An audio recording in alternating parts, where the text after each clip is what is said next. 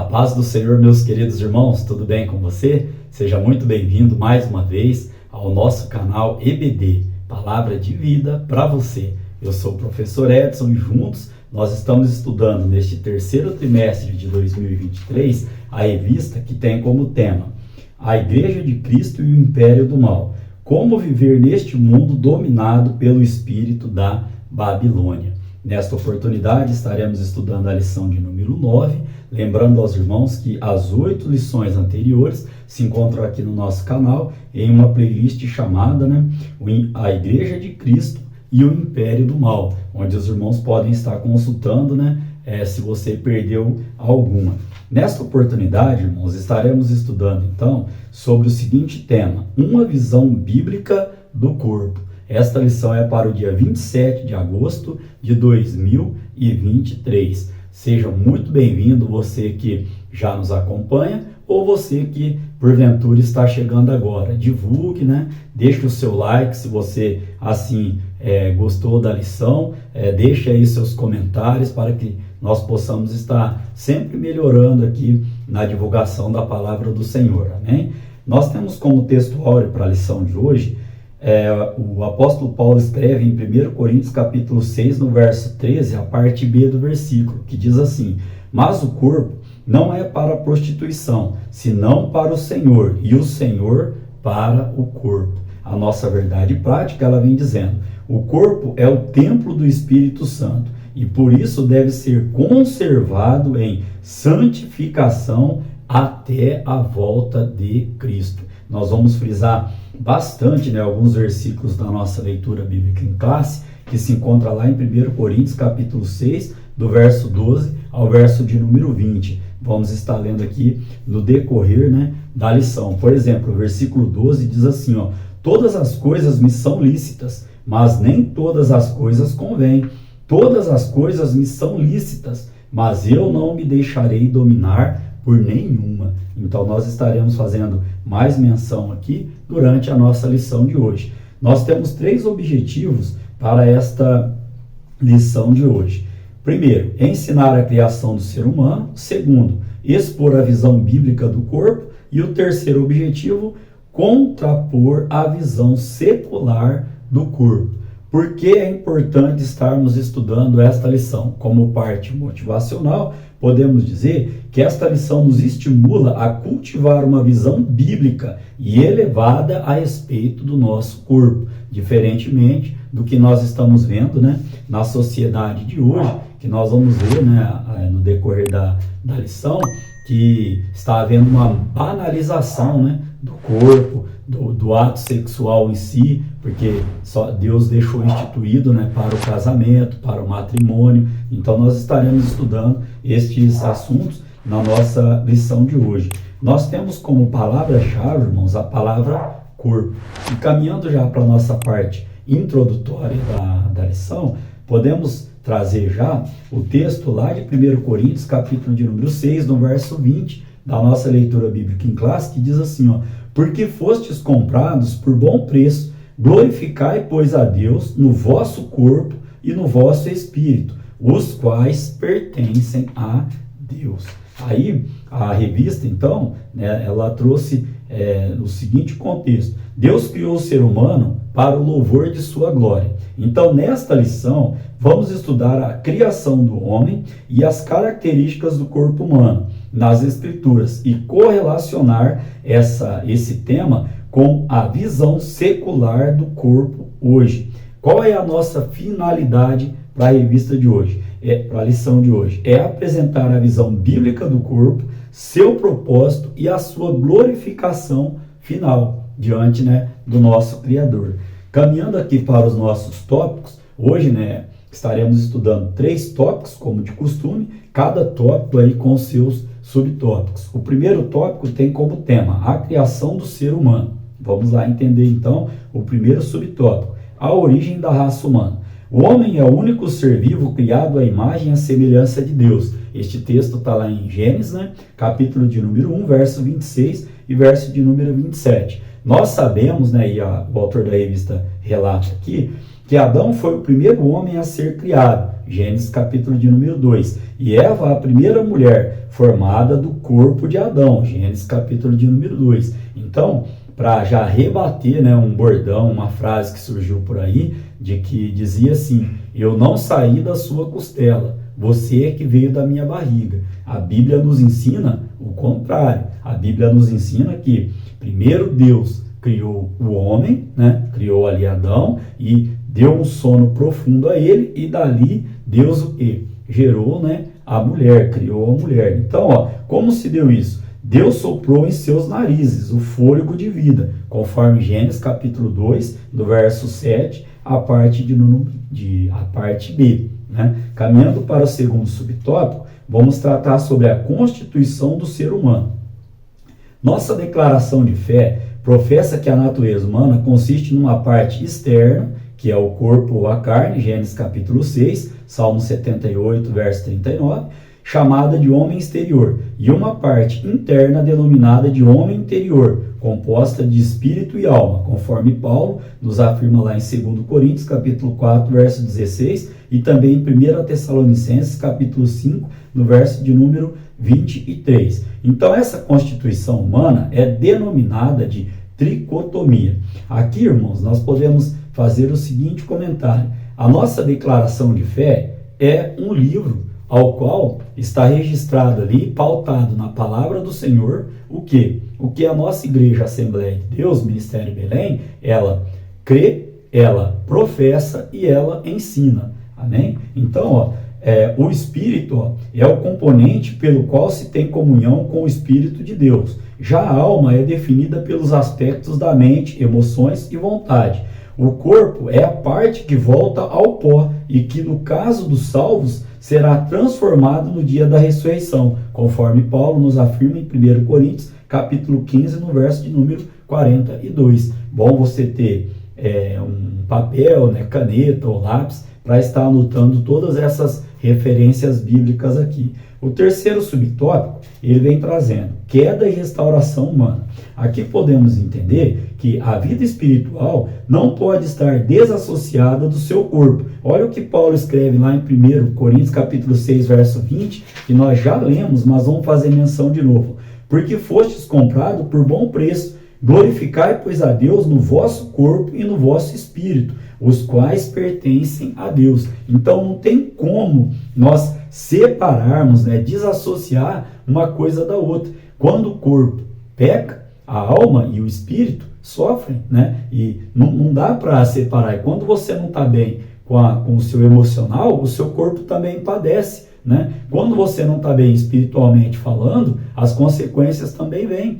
Por isso que surgem essas doenças psicossomáticas, né? Que são as doenças aí que começam na mente e aí acabam afetando todo o corpo. Então podemos ainda trazer aqui, ó, que desse modo a conduta irrepreensível do cristão é requerida no espírito quanto na alma e no corpo. Vamos fazer menção de 1 Tessalonicenses capítulo 5, no verso de número 23, só para enriquecermos, né, embasarmos este conhecimento. Já citamos este texto algumas vezes anteriores, vamos ler ele agora. Então, diz assim, ó: e o mesmo Deus de paz vos santifique em tudo, e todo o vosso espírito e alma e corpo sejam plenamente conservados, irrepreensíveis, para a vinda de nosso Senhor Jesus Cristo. Amém? Então, aqui, para concluir este subtópico, isto quer dizer que a santificação deve atingir a parte material e imaterial do homem,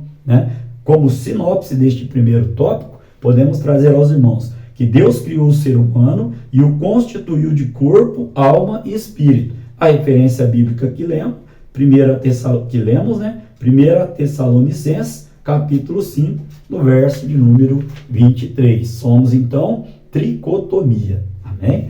O tópico de número 2, ele vem trazendo o seguinte tema: a visão bíblica do corpo. Aqui também estudaremos 3 subtópicos. O primeiro, vamos falar um pouquinho sobre a parte exterior do homem. O termo corpo e o termo carne, quando se refere ao homem físico, inclui a sua dimensão exterior, conforme Lucas, capítulo 24, verso 39, e Atos dos Apóstolos, capítulo 2, no verso de número 31. Então aqui, ó, nós sabemos que o corpo, ele envelhece e morre, ocasião em que a alma e o espírito o deixam.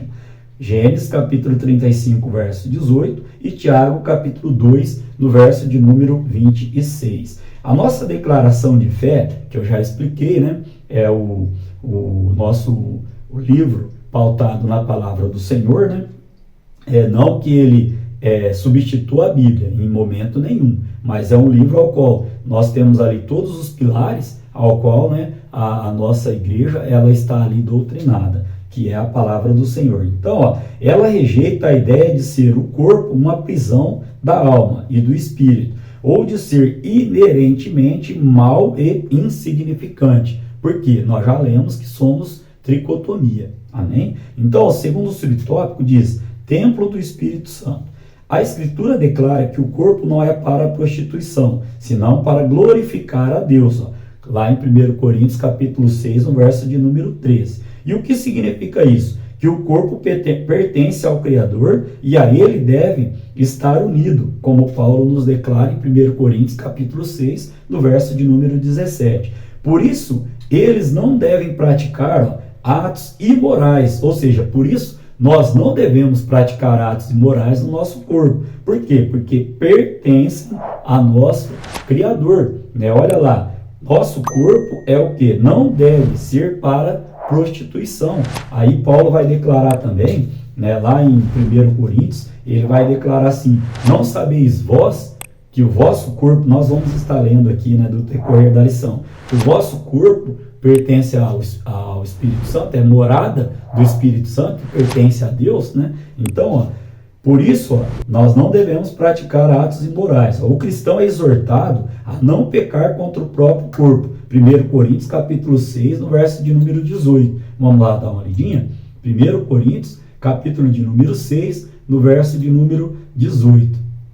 A palavra do Senhor, ela vem nos trazendo o seguinte texto. Ó. Diz assim, ó, fugir da prostituição. Todo pecado que o homem comete é fora do corpo, mas o que se prostitui peca contra o seu próprio corpo. Né? Então, ó, portanto, como santuário, o corpo nunca deve ser profanado por nenhuma impureza. Amém? Terceiro subtópico vem trazendo, glorificando na ressurreição. A ressurreição de Cristo aniquilou o império da morte, conforme Hebreus capítulo 2, versos 14 e 15. Isso garantiu nossa ressurreição. Aqui, ó, o nosso corpo carnal não pode herdar o reino de Deus, conforme Paulo nos ensina em 1 Coríntios capítulo 15, no verso de número 50. Por isso, a última etapa de nossa salvação é a glorificação, inclui a redenção e a transformação de nosso corpo mortal conforme o corpo glorioso de Cristo. Este evento ocorrerá quando Jesus voltar. 1 Tessalonicenses capítulo 4, versículo de número 13 ao versículo de número 17. Podemos ainda trazer aqui, irmãos, o quê? Que entre a morte e a ressurreição há um estado intermediário, onde a parte imaterial do ser humano subsiste de modo consciente, conforme Lucas capítulo de número 9, no verso de número 28. Vamos lá dar uma lidinha? Lucas capítulo de número 9, no verso de número 28. Diz assim a palavra do Senhor, ó, neste texto. E aconteceu que quase 8 dias depois destas palavras, tomou consigo a Pedro, e a João e a Tiago, e subiu ao monte a orar. E aí, dando sequência aqui no nosso texto, ó, verso 29. E estando ele orando, transfigurou-se a aparência do seu rosto, e a sua roupa ficou branca e muito resplandecente. E eis que estavam falando com ele 2 homens, que eram Moisés e Elias, os quais apareceram com glória e falavam da sua morte, a qual havia de se cumprir em Jerusalém. Ainda lá no capítulo de número 16, do mesmo evangelho, né, de Jesus Cristo segundo escreveu Lucas, 16, no verso 22 ao verso de número 31. Vamos lá dar uma lidinha? Diz assim, e aconteceu que o mendigo morreu e foi levado pelos anjos para o seio de Abraão. E morreu também o rico e foi sepultado. E no inferno ergueu os olhos estando em tormentos e viu ao longe Abrão e Lázaro no seu seio. E chamando e clamando, disse: Pai Abraão, tem misericórdia de mim e manda a Lázaro que molhe na água a ponta de seu dedo e me refresque a língua, porque estou atormentado nesta chama. Disse, porém, Abraão: Filho, lembra-te de que recebestes os teus bens em tua vida, e Lázaro somente males, e agora este é consolado e tu atormentado. E, além disso, está posto um grande abismo entre nós e vós, de sorte que os que quisessem passar daqui para vós não poderiam, nem tampouco os que de lá passar para cá. E disse ele: Rogo-te, pois, ó Pai, que o mandes à casa de meu pai, pois tenho 5 irmãos, para que lhes dê testemunho, a fim de que não venham também para este lugar de tormento. Aqui nós estamos embasando o quê? Que há um estágio, né? Como a revista trouxe aqui, há um estágio, há um estado intermediário, né? Entre a morte e a ressurreição. Aí lá no verso de número 31, para encerrarmos o nosso texto aqui, ó, diz assim, ó: Porém Abraão lhe disse: Se não ouvem a Moisés e aos profetas, tampouco acreditarão ainda que algum dos mortos ressuscite. Então aqui nós aprendemos, né, dentre outras coisas, que é nesta vida, é em vida que nós vamos escolher onde nós passaremos a eternidade. Né? Isso é bom de estarmos refletindo. A sinopse deste tópico de número 2 diz assim: a visão bíblica do corpo tem a ver com o exterior do homem, como imagem de templo do Espírito, com a ressurreição e com a glorificação final. Amém? O tópico de número 3, né, caminhando aqui para o final da nossa lição, ele vem trazendo o tema: a visão secular do corpo. 3 subtópicos aqui também. O primeiro, vamos entender o que é hedonismo e narcisismo. Zelar e manter o corpo saudável é uma forma de glorificar a Deus, conforme nós já lemos em 1 Coríntios capítulo 6, no verso de número 20. Então vamos entender então, o que? Em tempos pós-modernos, a busca pela felicidade, né, o hedonismo e o narcisismo são incutidos na sociedade. Vamos entender o que é hedonismo. É quando nos referimos ao estilo de vida em que a obtenção do prazer e a fuga do sofrimento são prioridades. Nesse aspecto, tudo é permitido. Já o narcisismo, o que é? É quando as pessoas se aludem ao amor excessivo que uma pessoa tem por si própria, ou seja, é o amor excessivo a si mesmo. Em oposição a essa cultura, Paulo ensina lá em 1 Coríntios capítulo 6, no verso 12, o que?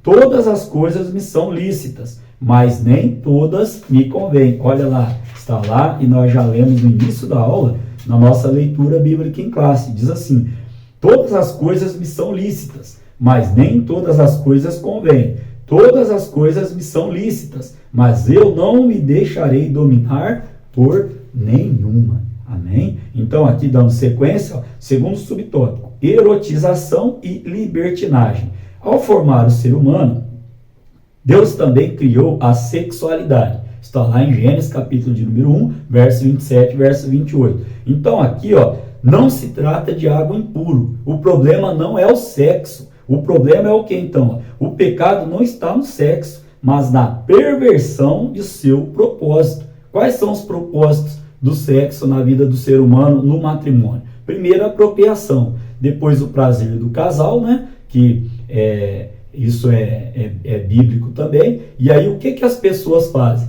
Elas conturbam, elas usam de maneira errônea, né, esse contexto. E aí, olha o que vem aqui como consequência disso tudo. Consequência disso tudo é o que? É a estimulação, como a revista trouxe aqui, de práticas sexuais ilícitas. E olha o que nós podemos dizer ainda: que a erotização do corpo é explorada onde? Nas mídias, nas artes, nas músicas, nas literaturas, ou seja, está havendo uma banalização do corpo humano. Diante disso, o apóstolo Paulo, ele adverte lá em 1 Coríntios capítulo 6, no verso de número 12, o quê? Que todas as coisas me são lícitas, mas o quê? Não me deixarei dominar por nenhuma. A palavra do Senhor nos diz desta maneira. Terceiro subtópico diz liberdade e autonomia.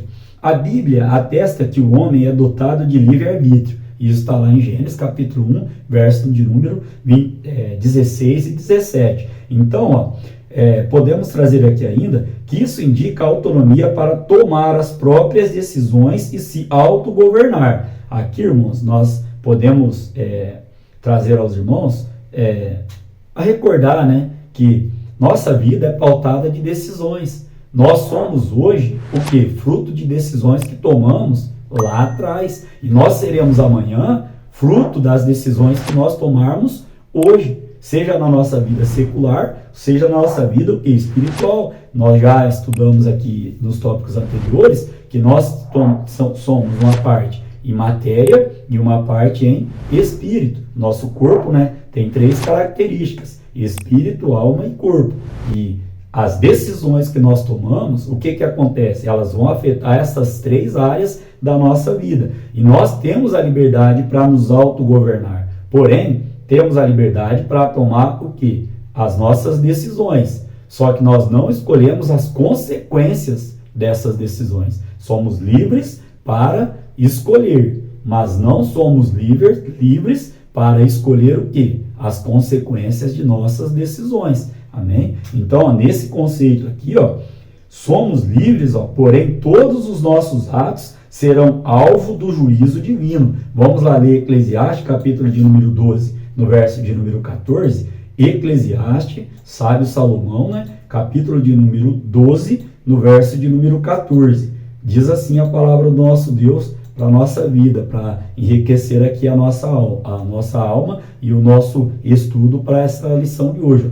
Porque Deus há de trazer a juízo toda a obra e até tudo que está encoberto, quer seja bom, quer seja mal. Misericórdia Deus tenha da nossa vida. Olha que Salomão aqui escreve. Então, irmãos, temos que sempre, costumo dizer nas minhas aulas, né, leciono pessoalmente ali na classe dos juvenis, costumo dizer a eles o seguinte, que quando nós vamos tomar uma decisão, nós temos que estar pautado, né, em principalmente 3 aspectos. Quais são eles? Primeiro, orar a Deus, pedindo o quê? Direção ao Espírito Santo. Segundo, depois de orar, aguardar a resposta de Deus, que pode ser sim, não e espere mais um pouco, né? E a terceira, irmão, depois de Deus nos dar a direção através do seu Espírito Santo, depois de nós esperarmos essa resposta, né? Pedirmos a confirmação dessa resposta a Deus, analisarmos a situação de um modo mais macro, de um modo mais geral. Por quê? Porque as nossas decisões, principalmente como pais de família, né, elas vão afetar todos que estão ao nosso redor. Então, ore, espere a resposta de Deus e analise para ver se, eu já tenho a resposta de Deus, eu vou fazer, eu quero fazer, mas analise, veja o impacto que isso pode trazer na vida de outras pessoas. Um exemplo, sem ser antiético nem nada. Alguém chegou e falou, não vou mais vir em escola dominical, eu vou proibir a minha esposa de vir em escola dominical porque está afetando o horário do meu almoço, isso, aquilo outro. E aí, passado um tempo de que alguém falou isso para mim, hoje eu vejo que os filhos também fora da igreja, da escola dominical, onde eles poderiam estar o quê? Aprendendo a palavra do Senhor. Uma decisão que foi tomada, né? Não vou falar aqui sem oração ou sem direção de Deus, não vou entrar nesse mérito, mas que o quê? Que para aquele momento parecia o certo e que depois, né, a gente de fora vê, olha, os filhos eram tão presentes e agora nós não vemos mais. E para trazer de volta de novo, pode ser complicado. Então é nesse sentido que a gente está trazendo um comentário a respeito de tomar decisões e de se autogovernar, né? Deus, irmãos, Ele está no controle de tudo. E como nós lemos aqui, em Eclesiastes capítulo 12, verso 14, Deus vai trazer a juízo toda a obra, quer seja ela boa, quer seja ela má. Então, podemos concluir que o apóstolo Paulo ainda nos diz que lá em 1 Coríntios capítulo 6, no verso de número 19, citei aos irmãos, que iríamos ler esse texto, porque é o texto que praticamente, ele baseia, ele norteia a nossa aula de hoje. Capítulo 6, verso 19 de 1 Coríntios diz assim, ou não sabeis que o vosso corpo é o templo do Espírito Santo, que habita em vós, proveniente de Deus, e que não sois de vós mesmos? Nós, como cristãos, sabemos disso, que nós somos morada do Espírito Santo e que o Espírito Santo habita em nós, e que o nosso corpo, ele é o quê? É templo desse Espírito Santo. Amém? Então, como sinopse deste tópico de número 3, temos o seguinte, o sinopse, o resumo do tópico aqui.